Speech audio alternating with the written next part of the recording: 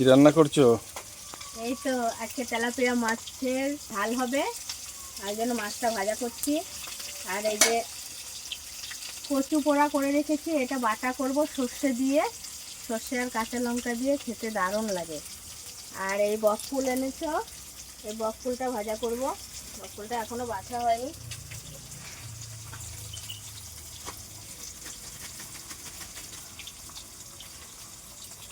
এই যে বকফুলগুলো খুব সুন্দর, তো কোথা থেকে আনলে? তাই জন্য দিল। ঝাল বানানোর জন্য আমি এখানে পেঁয়াজ কেটে নিয়েছি, আদা বাটা, রসুন বাটা আর জিরে বাটা করে নিয়েছি। এই আর নিয়েছি এই যে কটা লঙ্কা। এদিকে মাছ ভাজাগুলো আমার হয়ে গেছে, এবার নামিয়ে নেব।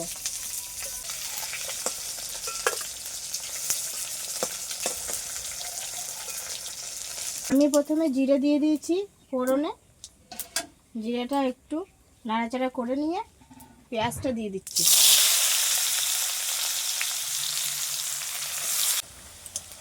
এই পেঁয়াজটা আমার ব্রাউন কালার করে ভাজা হয়ে গেছে। এবার বাকি এই মশলাগুলো আমি সব দিয়ে দেব। প্রথমে দেব রসুন বাটা, দেবো আদা বাটা, এরপর দিয়ে দিচ্ছি জিরে বাটা, আর দেবো চেরা কাঁচা লঙ্কাগুলো।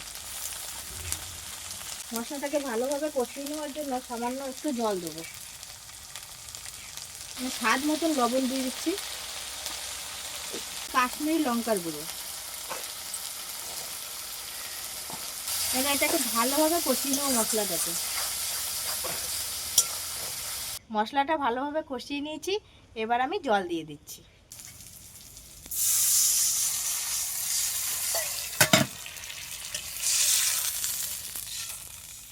জলটা ফুটে এলে আমি মাছগুলোকে ছেড়ে দেব। এখন আমি হলুদ দিয়ে দিচ্ছি।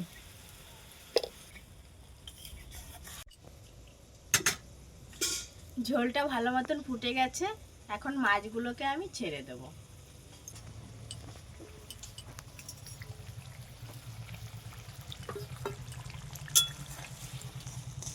মাছের ঝালটা আমার হয়ে গেছে, এখন আমি নামিয়ে নিচ্ছি।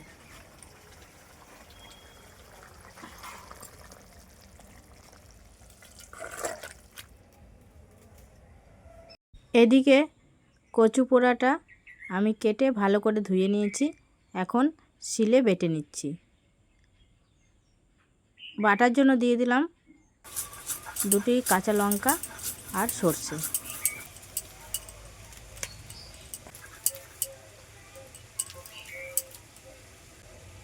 বাটা হয়ে গেছে, এখন একটু সর্ষের তেল দিয়ে দেব। সর্ষের তেলটা দিলে টেস্টটা আরও বেড়ে যায়। বন্ধুরা, এই কচুগুলো খেতে দারুণ লাগে, কিন্তু এইভাবে একবার করে খেয়ে দেখবেন, সত্যিই খুব ভালো লাগে।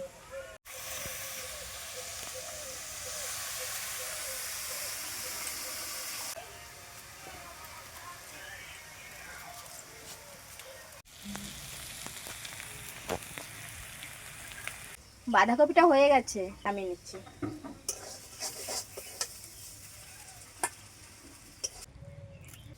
বক ফুলগুলো এবার আমি ছাড়িয়ে নিচ্ছি। এই যে ভেতরে এই অংশটা ফেলে দিতে হবে।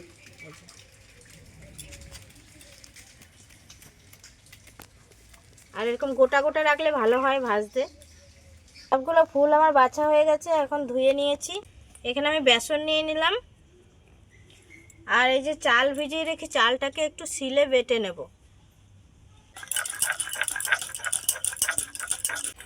বাটিতে তুলে নিচ্ছি।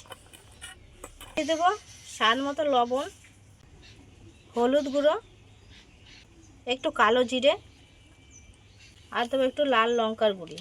এবার এই ব্যাটারটাকে ভালো করে আমি মেখে নিচ্ছি। তেল গরম হয়ে গেছে, এখন এক এক করে ফুলগুলোকে ভেজে নিচ্ছি।